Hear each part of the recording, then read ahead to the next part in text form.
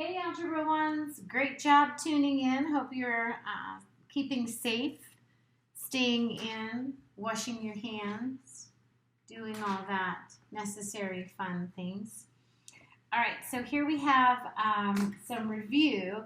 And what's interesting is it's a Unit 1 big idea, but with some of our more recent conversations.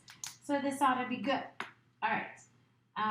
If I have 3 roots of 5 and I give you 2 roots of 5, that's going to give me or leave me with 1 root of 5. If I have 8 roots of 11 and you have 3 roots of 11 together, we have 11 roots of 11. Remember, there's an invisible coefficient of 1 here. So 1 cube root of 9 added to 4 cube root of 9s. Remember, what we care about here are our coefficients that answer the question, hey, how many of that do you have? You can say, oh, together we have 5 cube roots of 9. 25 cube roots of 3, take away 7 cube roots of 3, that's going to leave us with 18 cube roots of 3. So now when we get down to, those first 4 were easy because all of our radicands matched. So that's why it was easy to just take a look at our coefficients. When we look at the next section, we can see, hey, wait a minute, we've got some work to do. I don't know what I can add until I go ahead and I simplify. Now 27 is a perfect cube. So when I simplify this, it becomes 3. So negative 7 cube roots of 5 plus 3 plus 4 cube roots of 5. What I'm going to do here is I'm going to have my whole value first, and then I'm going to look at the coefficients of my cube roots of 5. So it's going to be 3 is a whole number, and then minus 3 cube roots of 5. All right, let's take a look at 6. 18 is 2 and 9, and 9 is 3 and 3. So this simplifies to 3 times the square root of 2. And that's going to be minus 5 roots of 2 plus 7. So these, my radicands match. So if I have 3 and you take 5, I'm going to be short 2 square roots of 2. I can't add that to 7 because that is a whole value and it doesn't have the same radicand. Now, etiquette says we put 7 first and we list our irrational part second. All right. Now let's look at 7. We've got some more concerns. I've got 2's and x's and root 5's. I've got 8's and x's and root 2's, and then root 2's. Guess what? These don't match. So there is nothing I can do here. 2x root 5 minus 8x root 2, and I can move my whole value up to the front, and that's all I can do. Let's look at here. We have the root of 3 and the root of 3. And guess what? We're going to simplify this to 9 and 3. So this becomes 15a roots of 3. And here's the square root of 3. Now let's take a look carefully at these coefficients. Here I have an a squared, and here I have an a squared. Those can be added. Here I have an A and an A. Those can be added. So I want to be careful to make sure that I only add what can be. Positive 13, negative 4 is going to make positive 9, A squared roots of 3. This A and this A is going to make plus, And I have positive 5 and negative 2, so it's going to be plus 3a roots of 3. All right. So now this says, this next part, determine each product. Make sure your answer is in simplest radical form. All right. So this becomes 4 times 2 times root 5 times root 3. The 4 times 2 is 8, and 5 and 3 have no friendly numbers or common factors, so they're both under the radical sign. All right, let's break this apart. Negative 2 times 7 times the cube root of 4 times the cube root of negative 3. So negative 14 is outside of the radical, and then negative 12 is on the inside. I don't have any triple factors, so there's no simplifying that could happen there.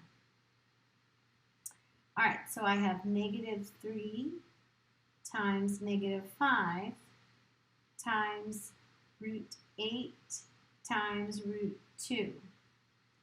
Negative 3 times negative 5 is positive 15, and this becomes times the square root of 16, which we know is 4. So it's going to be 15 times 4. Guess what? That is equal to 60. 5 times 9. Let's look at my cube roots. I have 4 times the cube root of 4. 5 times 9 is 45. And when I have 4 times 4, I know that 4 is 2 times 2. So is this 4. So guess what? Here are 3 2's that can come out of the radical sign. So they come out as 1. 45 times 2. And what I'm left with is 1 cube root of 2. 90 times the cube root of 2.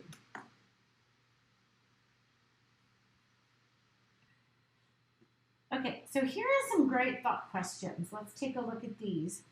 What are the possible values of A and B if A times B is equal to 5 root 6? So let's go ahead and talk about if 5 were back inside, which means that this was 6 times 5 times 5. Because remember, that's how the 5 was able to come out if it was a double factor. So when we're talking about the values of A and B, it's going to be anything that has an output of, now get this, I'm going to get my calculator out. And if we multiply 6 times 5 times 5, we get 150. So any values that are factors of 150 are fair game. Hey, do you remember this game where we say 150 divided by all the values of x? When we look at that table of values, every single one of these are possible values of A and B. So when we say y is equal to 150 divided by x, when we look at what could be A and what could be B, it's any two numbers that equal 150. So if they say, what are possible values? You're like, well, do you have all day? Because it can be 1 and 150. It can be 2 and 75. It can be 3 and 50. It could be 5 and 30. And I can go on and on and on. 6 and 25. You get me.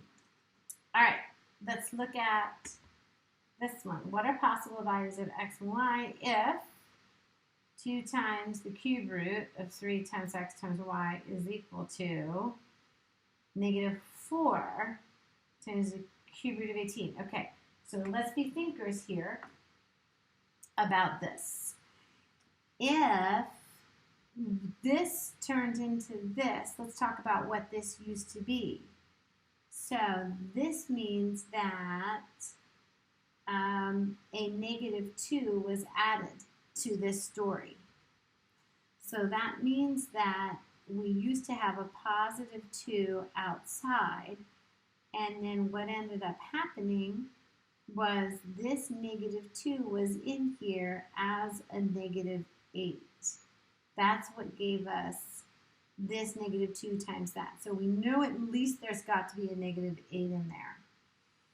If we already know we have a 3 that can't come out, right? How do we end up with this 18? So this 8 is going to come out as that -2, but if I had an 18, how did I get a 3 left behind? So this is a real curious conversation. If you think about it, I have an 18 here. So what might have been here, let's let this represent what was x. And if I know that 3 times 6 is equal to 18, that can be my y. So if 2 times the cube root of 3 times -8 times 6, when I go to simplify that, this comes out as my -2. And this is what's left behind with this to give me the 18. So we'll go ahead and we'll say one of the x's has a value of -8 and one of them has a value of 6. Of course, we can switch that around and play with these factors if we wanted to.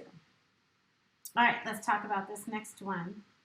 Determine the area of region A, the area of region B, the area of the total rectangle, and the perimeter of the entire figure. Okay, so just in case you can't see, it looks like this is 3 times the cube root of 7, 2 times the cube root of 7, and 5 times the cube root of 7. Okay, so the area of region A is going to be length times width. So that's 2 times the cube root of 7 times 3 times the cube root of 7. 2 times 3 is 6. And the cube root of 7 times the cube root of 7 is the cube root of 49. And guess what? I don't have enough factors there to be able to simplify 49, so that's as good as it gets. Region B is going to be 3 times the cube root of 7, and that's going to be times 5 times the cube root of 7, which is going to give me 15 times the cube root of 49. The total area of the triangle is where I can add both of these areas together. So I'll end up with 21 times the cube root of 49. Now the perimeter is interesting because I have 2 3 cube roots of 7 added to 2 times 2 cube roots of 7, and add that to 2 times 5 cube roots of 7.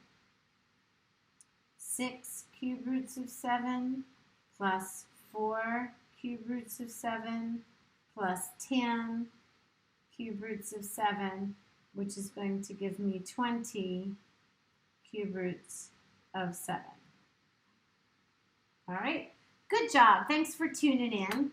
Keep up the good work, and we're going to keep on working through this together.